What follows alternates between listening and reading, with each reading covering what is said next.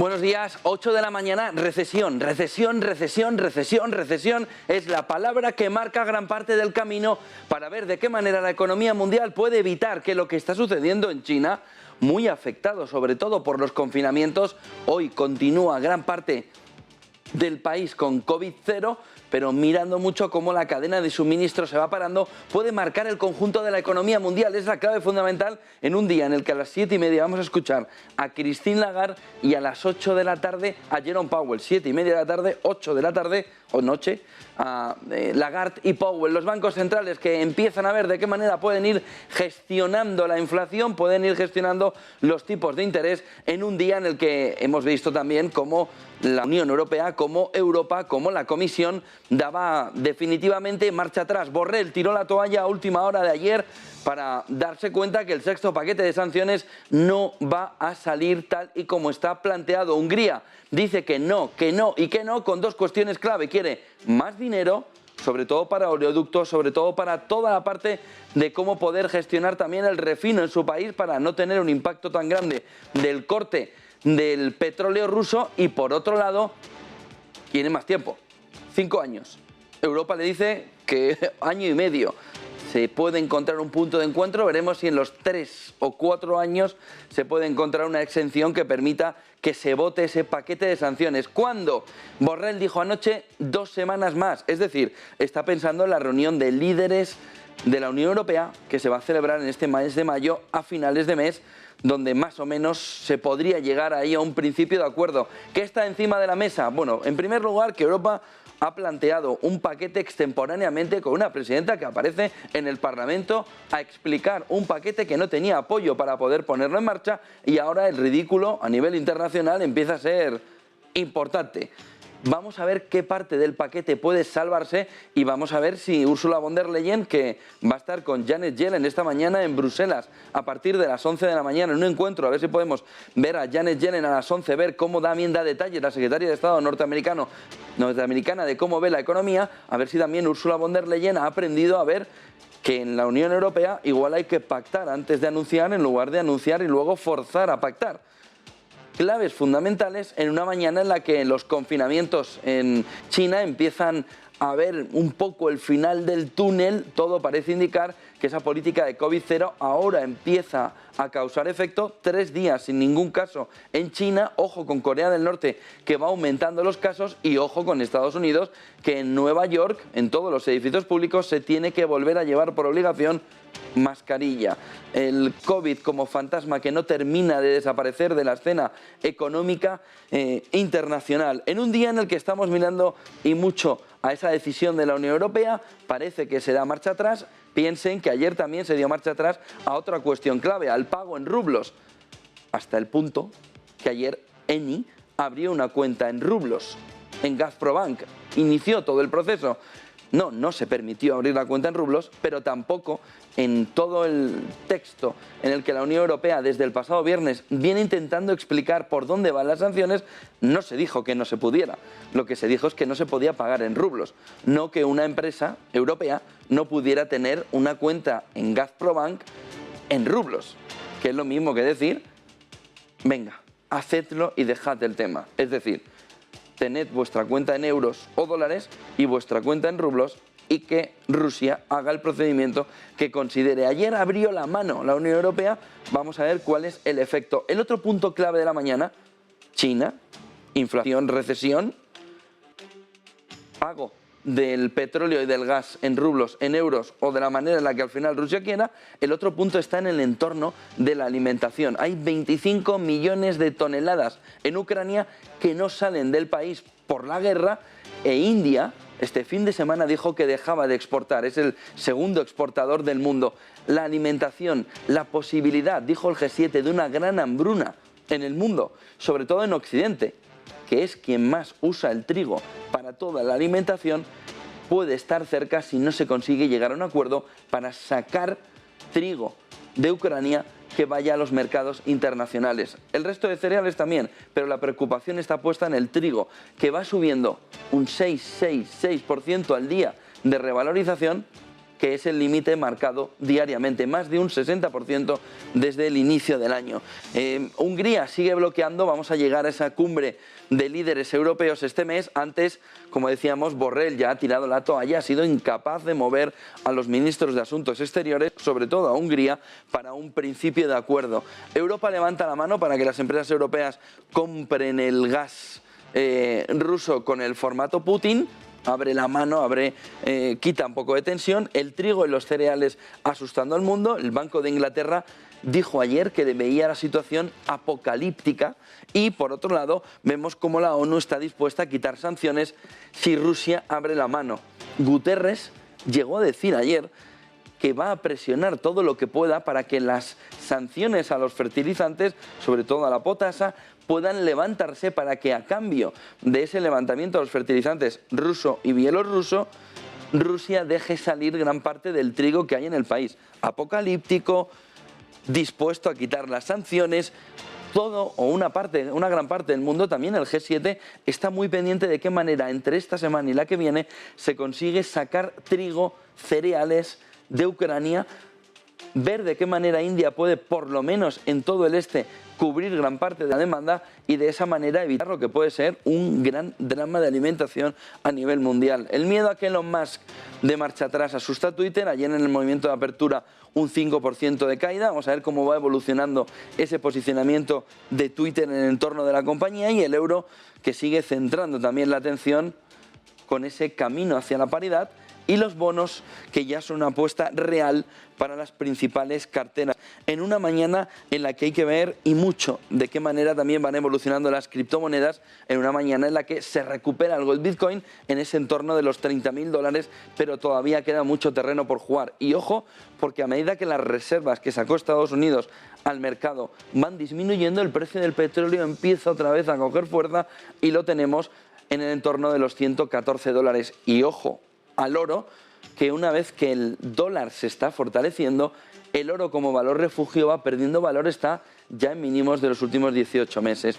Gráficos para entender cómo va funcionando, cómo va marchando la jornada. Fíjense, la Unión Europea, con todo el movimiento también de inflación, ojo, porque esta semana, hoy en concreto, vamos a empezar a conocer datos de cómo se está comportando el crecimiento y la inflación en la Unión Europea entre hoy y mañana. Este es el déficit comercial, que en la línea negra ven de qué manera se va ampliando en un momento en el que el dólar se va también fortaleciendo. Vamos a ver si puede ayudar a recuperar gran parte de la balanza comercial. En ese balance, ¿qué está pesando? Está pesando sobre todo la energía comprada a Rusia en cantidades ingentes, más de 40.000 millones de dólares en lo que va de año, que está rompiéndonos también el déficit comercial. Un aumento de los precios de la energía, un mayor gasto de la energía, está rompiendo el déficit comercial europeo. Y por otro lado, en la parte más value y menos energética, quitando energía, ahí sí el déficit comercial está siendo positivo, pero ojo, porque el movimiento del déficit comercial, y lo ven ahí abajo, empieza a ser muy importante para la Unión Europea. El agujero empieza a ser llamativo. En un movimiento en el que había conseguido, sobre todo desde 2012, con algún pequeño susto, con alguna pequeña caída, tener un déficit comercial positivo, bueno para la economía europea, sobre todo para la economía alemana, el momento actual empieza a ser preocupante. Otro de los gráficos de la mañana nos lleva a entender cómo está subiendo el precio de los alimentos en el momento actual. Cuando todo el mundo mira que la inflación está relacionada con los precios de la energía, está dejando de mirar otro de los factores clave que está teniendo esa inflación, no la subyacente, que precisamente tiene excluido energía y alimentación. Fíjense en el movimiento desde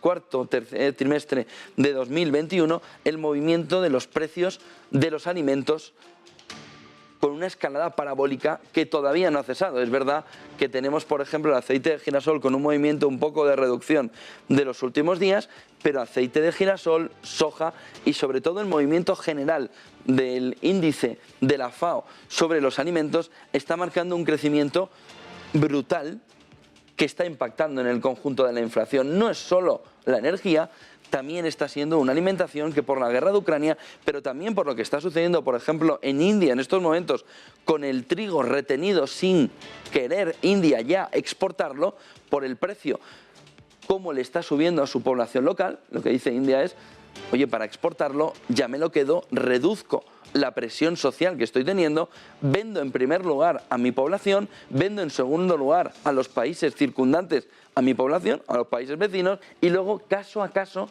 al país que me lo vaya pidiendo analizo si de verdad lo necesita y debo vendérselo o me lo sigo quedando y no le vendo. Este es el comportamiento, ojo, con el aceite de girasol, con el crecimiento que está teniendo desde el inicio, sobre todo, de la guerra de Ucrania, que en un movimiento en el que había recogido algo de terreno, pero desde el inicio de la guerra es uno de los factores fundamentales. Ojo con el precio de los alimentos, ojo con lo que está diciendo Naciones Unidas, con lo que está diciendo el G7 y también está diciendo Europa. Ayer, a través de Josep Borrell, se hará, dijo Josep Borrell, todo lo necesario para sacar cuanta más cantidad de trigo de Ucrania como se pueda.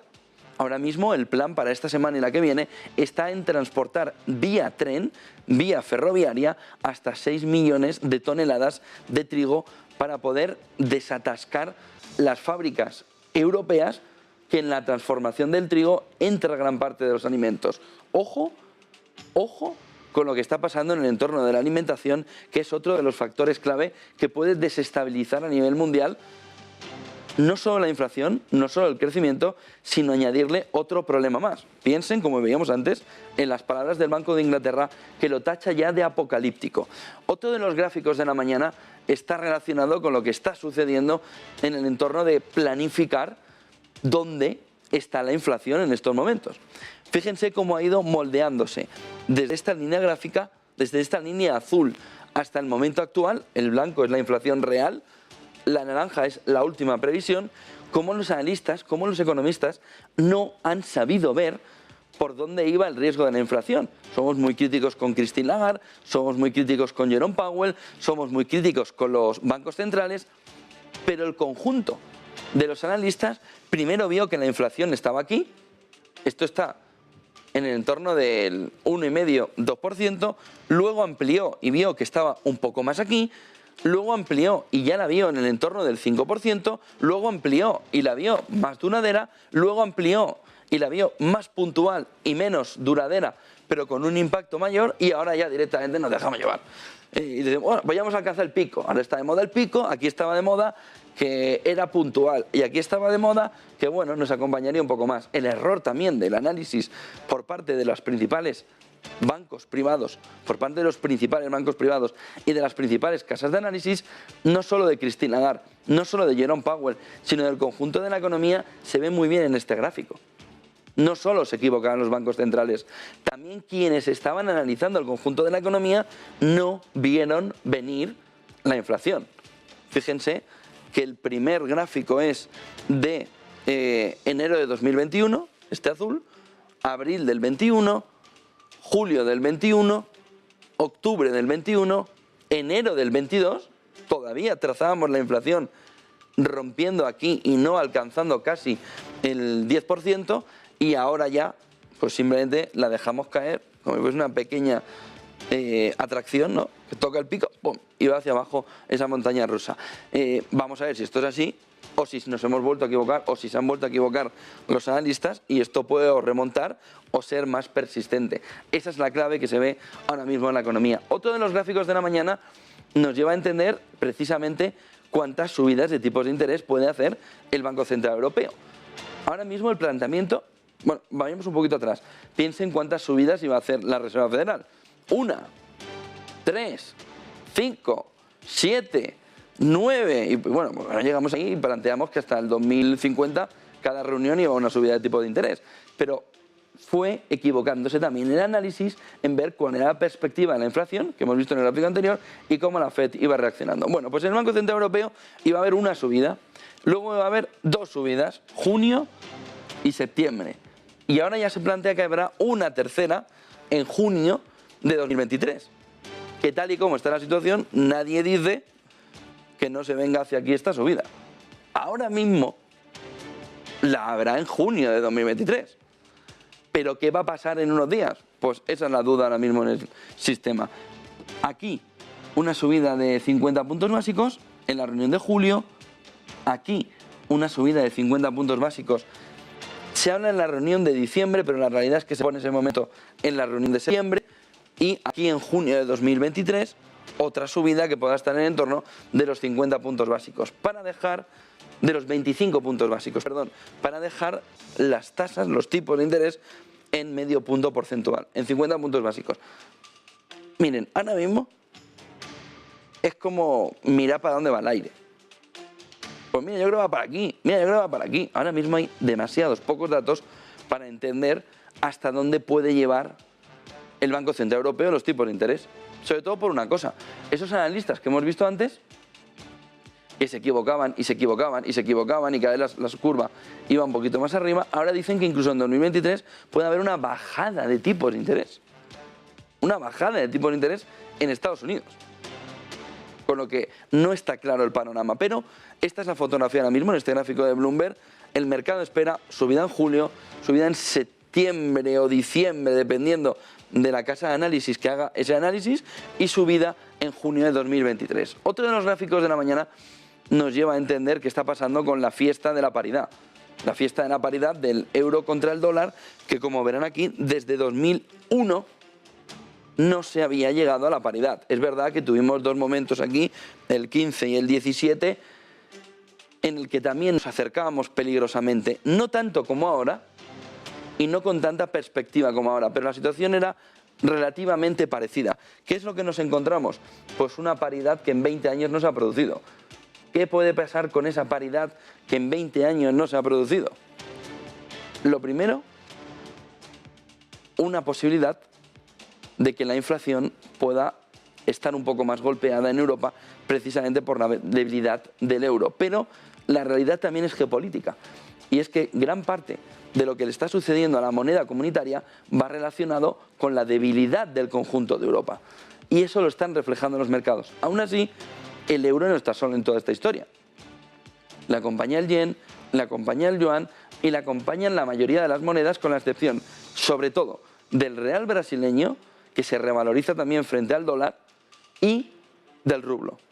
Gran protagonista contra el dólar en estos momentos. Vamos a ver cuando acabe el anclaje contra el oro de qué manera la moneda rusa puede recuperar terreno. Pero aquí, en esta paridad del euro frente al dólar, se está reflejando también la debilidad europea. Piensen que hace apenas un mes decíamos, si gana Macron ya se recupera. Pues Macron ganó y poquito ha hecho.